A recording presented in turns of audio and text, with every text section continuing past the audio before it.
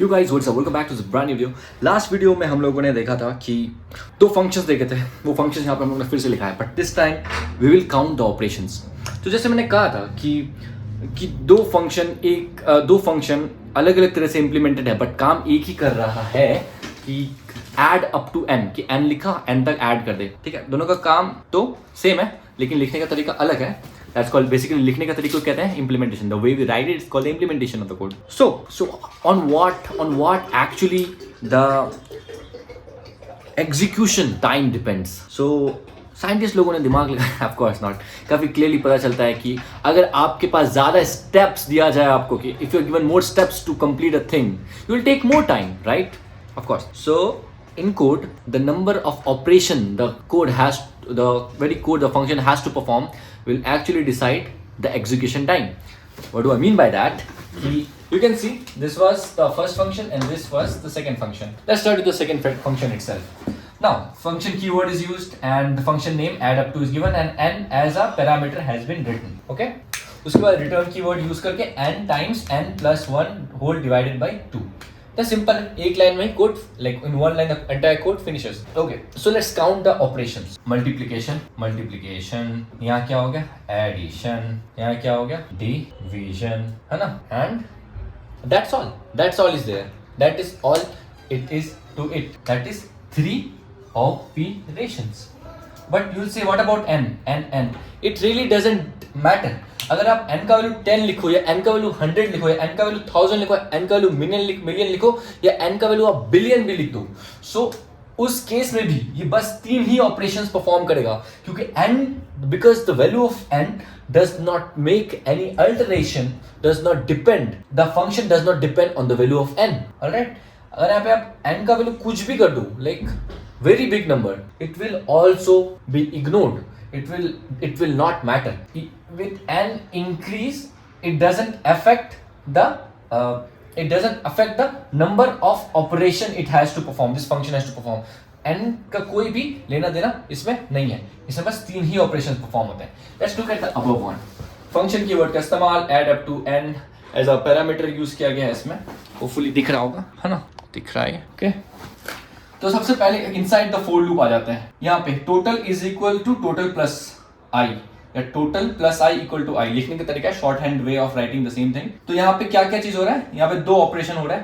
पहला हो रहा है असाइनमेंट इक्वल टू साइन और दूसरा हो रहा है एडिशन. अब तुम पूछोगे कितना टाइम ये वाला असाइनमेंट होगा और या एडिशन होगा? दोनों ही n टाइम्स. क्यों? क्योंकि ये लूप n टाइम्स चलेगा. कैसे पता? क्योंकि हम लोग i से लेकर के n तक चला रहे हैं, तो i से लेके n तक चलेगा. दैट मीन्स अगर 5 तक चलना है तो 1 2 3 4 5, 1 से स्टार्ट किया 5 तक आया 5. i 1 से लेके n तक चलना है, 1 से लेके n तक चलना है ना, n तक, n equal to n, less than n नहीं, इक्वल टू n मतलब n तक चलेगा. तो 1 2 3 4 डॉट n काउंट करोगे कितना टाइम चला?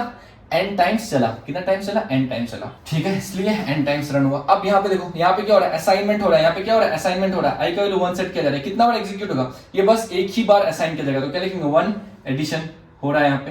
हाँ जी. और यहाँ पे ये वाला i is equal to i plus 1, i is equal to i plus 1. यहाँ पे क्या हो रहा है? असाइनमेंट हो रहा है और क्या हो रहा है यहाँ पे? और यहाँ पे एडिशन हो रहा है. कितना टाइम हो रहा है? ये भी n टाइम्स हो रहा है. ये भी कितना हो रहा है? n टाइम्स हो रहा है. ओके, n टाइम्स हो रहा है. एंड क्या और क्या हो रहा है?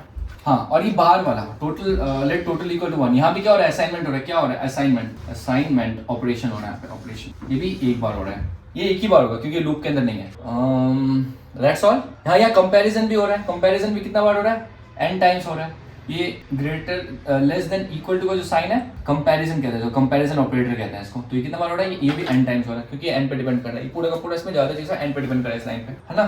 तो रफली देखा जाए तो कितना है? 1 असाइनमेंट, दूसरा असाइनमेंट कहाँ पे? दूसरा असाइनमेंट ये वाला रहा. दूसरा असाइनमेंट दूसरा, ठीक है, प्लस 2 लिख देते हैं इसको. और कितना बार n है?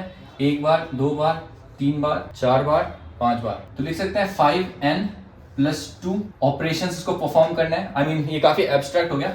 तो n का वैल्यू हम लोग पुट करके देखते हैं कुछ. जैसे फॉर एग्जांपल अगर n का वैल्यू अगर आप करते हो 10 पुट, यानी 1 2 3 4 5 6 7 8 9 के बीच में अगर आप प्लस जोड़ दोगे, वैसा वाला केस, उस वाले केस में कितने ऑपरेशंस परफॉर्म करने पड़ेंगे इसको? 5 टाइम्स 10 प्लस 2 यानी 52 ऑपरेशंस इसको परफॉर्म करने पड़ेंगे। और इसको कितने परफॉर्म करने पड़ेंगे? अगर आप n का वैल्यू 10 लेते हो, जैसा मैंने कहा n का वैल्यू आप कुछ भी ले लो, इसको बस 3 ही ऑपरेशंस परफॉर्म करने पड़ेंगे, क्योंकि because the function does not really depend on the value of n.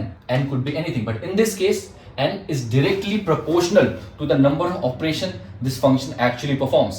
Okay, so for example अगर आप n का वैल्यू अगर आप पुट करते हो 1 billion, that is this, right? तो वो कितने ऑपरेशंस परफॉर्म करेंगे अगर n इक्वल इतना करते हो? तो वो कितना होगा? 5 टाइम्स इतना प्लस 2 ऑपरेशंस। रफली देखा जाए तो 5 मतलब 5 बिलियन ऑपरेशंस को परफॉर्म करना पड़ेंगे। अगर 5 को क्या, 5 को भी हटा दो, मतलब जितना बड़ा आप वैल्यू लोगे उतना टाइम्स ऑपरेशंस इसको परफॉर्म करने पड़ेंगे, मतलब डायरेक्टली डिपेंडेंट है। That is why when we execute this both of the code, इसका जो होता है टाइम टेकिंग बहुत ही कम होता है, क्योंकि इसको 3 ही स्टेप्स परफॉर्म करने हैं। आप बिलियन ले लो, ट्रिलियन ले लो n का value, but in this it is directly dependent on.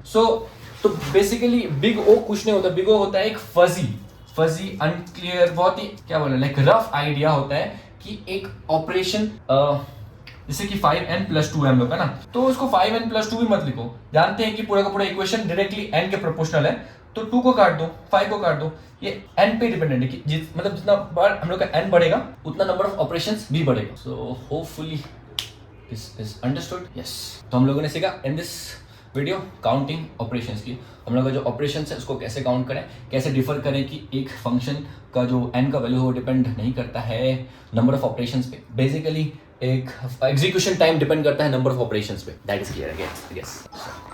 Number of operations ज़्यादा है, नंबर ऑफ ऑपरेशन कम है, execution time that's why differs.